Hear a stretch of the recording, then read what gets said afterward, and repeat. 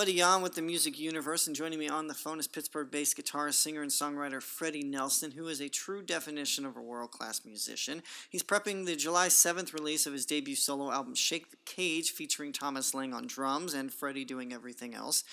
Freddie, I appreciate you taking time out of your busy schedule and joining me today to discuss the project. If you could tell everybody a little bit about your background and how you got in touch with Paul Gilbert to co-headline an album in 2009 and even one a couple years ago. Well, I won't go super far back, but I've cut my teeth as a guitar player. I've been able to do that I've been able to eat and pay my bills for a pretty substantial time now, but I'm, pretty grateful for that. But I started out as a guitar player, and I sang, backups a bit here and there.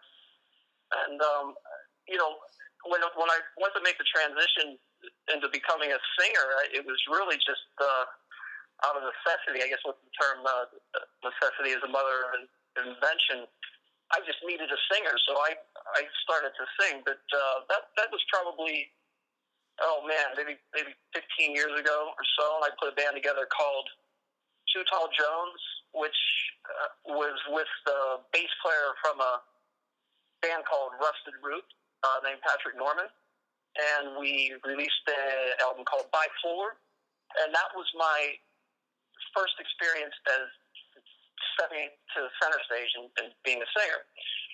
So from then on, multiple bands, multiple things had occurred.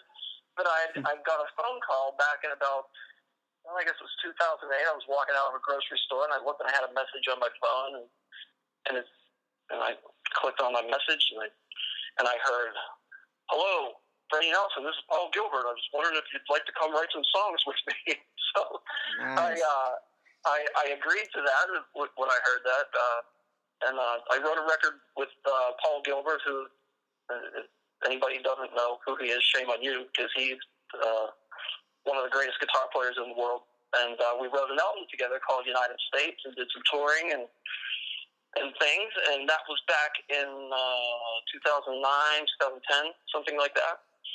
And most recently, actually, with him, he had wanted to record he was recording a solo album, but he wanted to do it live in the studio, so he had to amass a band to do that with him. He had called me up again. He said, "Hey, do you want to come record this album?" And I said, "Yeah, sure, man. I'll come help you out." So I flew out to LA a few times and sat and helped arrange some things. And I wrote one song for his album, and we went in and recorded it with the legendary producer Kevin Shirley, and who's done everybody from Aerosmith to Iron Maiden to, there's just too many to name. And I met legendary drummer Thomas Lang during that session, and told him, said, "Hey, I'm working on a solo album, and I have some demos." I let him hear them. He really dug them. He was like, "Hey, do you need a drummer for it?" I said, "Yeah, that'd be awesome." So that was how I met Thomas Lang. That brings me up to today with my album Shake the Cage. Yeah, and it's a pure rock album. I listened to it, like I said, and you actually, all but drums, play everything else. Yeah, I did, and that was more out of necessity too. I didn't have a band to develop tunes or anything like that. So I knew I wanted to record it in my house. I put a studio in my house, and I knew I wanted to record here. So really, it was a matter of convenience. If I felt like going in there at 2:00 in the morning and recording a vocal or laying a guitar part down, I could do that. Or if I felt like putting in a 12-hour day, I could do it. I didn't have to work on anybody else's schedules or timelines or anything. So it was a ton of work, but it was really convenient to be able to do that. So when you did, when you recorded all the guitars and vocals in your home studio, did Thomas come in later and do the drums, or was he in Los Angeles, or how did that process work? Well, Thomas, actually, he has a studio in his house in Los Angeles, and what I did, I put everything together here. So which was hard because I didn't have a band to develop the songs, so I kind of had to develop them myself. But it was piece by piece. So I would, if I had an idea for a guitar riff, I would lay it down, and then I'd have a little electronic drum kit that I would use to put together the demo. So I'd play a drum part to it, and then I would have to go back and change the guitar part because I liked something that the drums were doing over here, but the guitar didn't work against it. So by the time I got done developing these songs, I probably played from drums to guitars to bass to keys to whatever else I put in it. I probably played each part over 200 times just to get the feel right and to get everything working properly. So I had these demos done, and what I would do is I would send Thomas the demos across country. He would listen to them.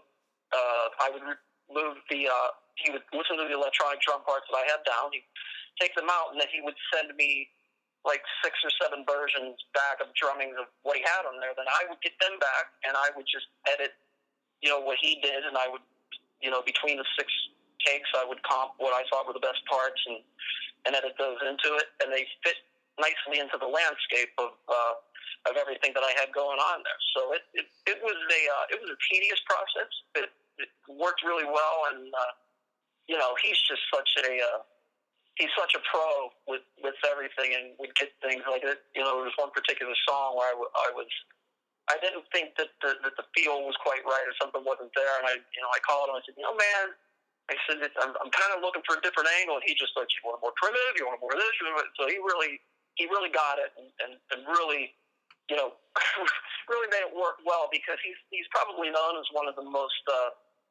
technically proficient drummers on the planet, but I think what a lot of people are unaware of is that he's just got this amazing groove and amazing pocket, and just really works well with the stuff.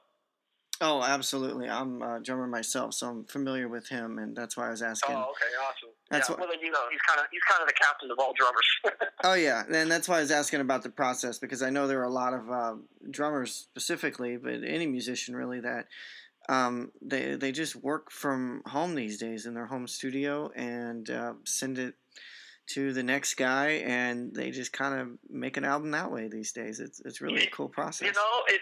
It's such an awesome process. And this is where I go back to too, with like the technology the way it is. Like there's so much good to the technology. It's like it's a double-edged sword, and you can do amazing things. Like I would have never even been able to have done this album in my house if it wasn't for the technology. But then you've got this other side of it to where it's people use the technology and use it as a crutch for subpar performances, or just crushing things with pitch correction to pull things in, rather than just do it again and do it till you get the emotion right. And that's what I was really trying to get across on this album is that it's honest, it's real, it's genuine. I wanted to get down the emotional wormholes and try to come up with good performances as opposed to relying on the technology, Yeah, and I think people will hear that in this project. And where can they see you live? Well, I'm definitely. I have a record deal over in Japan, so I'm definitely going to be heading over there towards the end of the year in Japan and Asia. I don't have anything in the books right now as far as the States or Europe go, but I'll say the same thing that I say in every interview. I'll go anywhere that anybody wants me. So, and these things always pop up, so we'll see what happens. Much success. You actually remind me of a guy that I played with back in Nashville that moved to Austin. He's a lot like you. He's focused on blues rock. He doesn't conform to any of the new poppy standards that everybody's using these days, and right. He can play anything. He sings. It's just I love that with musicians. You just get actual raw talent, and you don't see that these days, especially with, unfortunately, reality shows. A lot of these musicians get overlooked.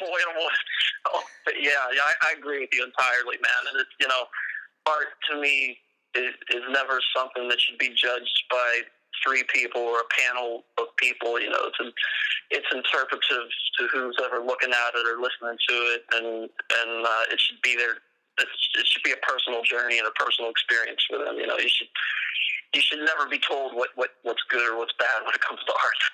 Oh, I 100% agree with that. Now, is there anything else you'd like to add as we wrap things up? Well, I would just say that, man, if this album is honest, it's real. I hope that it inspires anybody who hears it in whatever direction you need inspiration. And if you like rock and roll, I think you'll like it. Where can they buy it? You can hard copies. You can actually get, I believe, on FreddieNelson.com and on Amazon. And digitally, you can get it. You know, all the major digital outlets, and Spotify. It's on. You can stream it on there, and pretty much anywhere, everywhere. Awesome. Well, I'm gonna post the links with this, and hopefully some people will buy the album because they need some good rock in their life. I agree. I think everybody needs good rock.